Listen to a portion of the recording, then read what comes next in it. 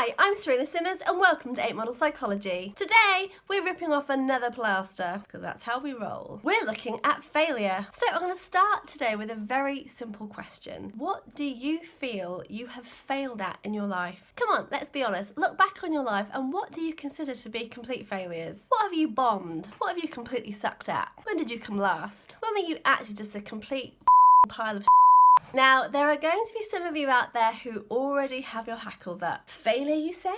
I don't consider anything to be a failure. It's merely a learning experience. No one is a failure in life. We're all winners at heart. For those of you that are really sensitive, maybe now's the time that you press the off button on this video. And I'll tell you for why. Because at 8 Model Psychology, we are all about you completely embracing your failures. In fact, it is so important in terms of how we address those failures and what we take from them that we devote an entire section to this in the Evolve part of the model. So I'm going to tell you a little story just to get the ball rolling. Sit back, get a cup of tea and get comfy. So this happened to me when I was about 7 years old, and it was when I was in first school, and it was just one of those typical things that most schools do, and I think that most schools do them today, and that is we had a sports day. Now on this sports day, I think we'd been through a few of the other activities and a few of the races, like the sack race and the egg and spoon and all that kind of thing, and we were coming up to the grand finale, which was the race which was just the girls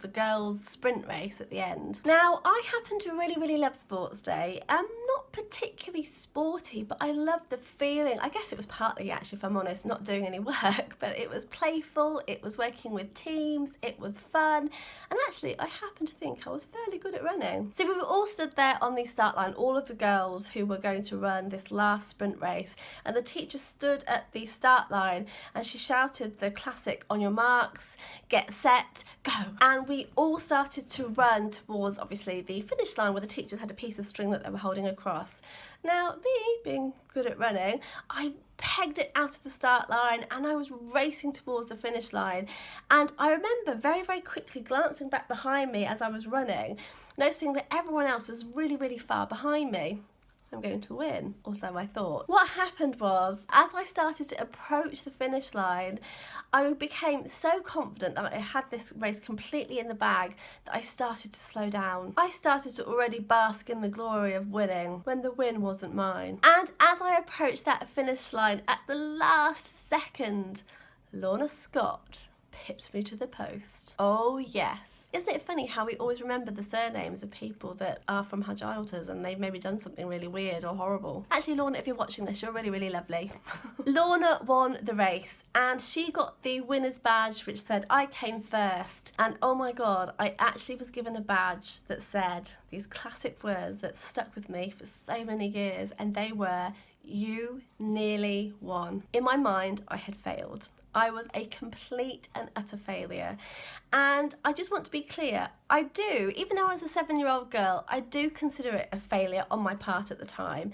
And I honestly don't think there's anything wrong with that. So if you're not here in the UK and you're watching this in other countries, where we've headed of recent times is we no longer give first, second and third places to children in these kinds of races at school. In fact, if truth be known, most children get badges that say, we are all winners, we all came first. But I see a problem with that. You see, failing at something isn't bad. We are just conditioning ourselves and have conditioned ourselves over the years to take on this failure as a construct of who we are, when actually these are just things that have happened to us, and it's all about really what we do with that information. Now that story is a little bit tongue-in-cheek and a little bit playful, but I consider myself to have experienced many other failures in my life.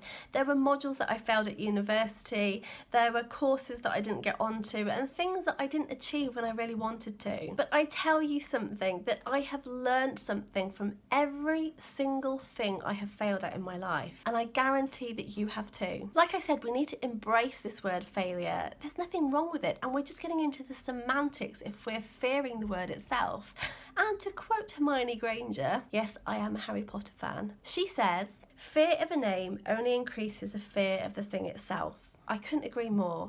We really need to embrace what failure is. And like I said, it's important to just step back, not necessarily starting by saying, oh, I've learned so much, and kind of getting on the defense when we're looking at our failures, but just stepping back and saying, actually, I completely bombed at that. I failed, and that is okay. So what can I take from that in order to go forward? Ultimately, your failures are success in action. In other words, so many people have ended up being incredibly successful, and they wouldn't have been successful if they hadn't actually experienced multiple failures over that time. And that's in education, it's in business, it's in relationships, and it's in all walks of life.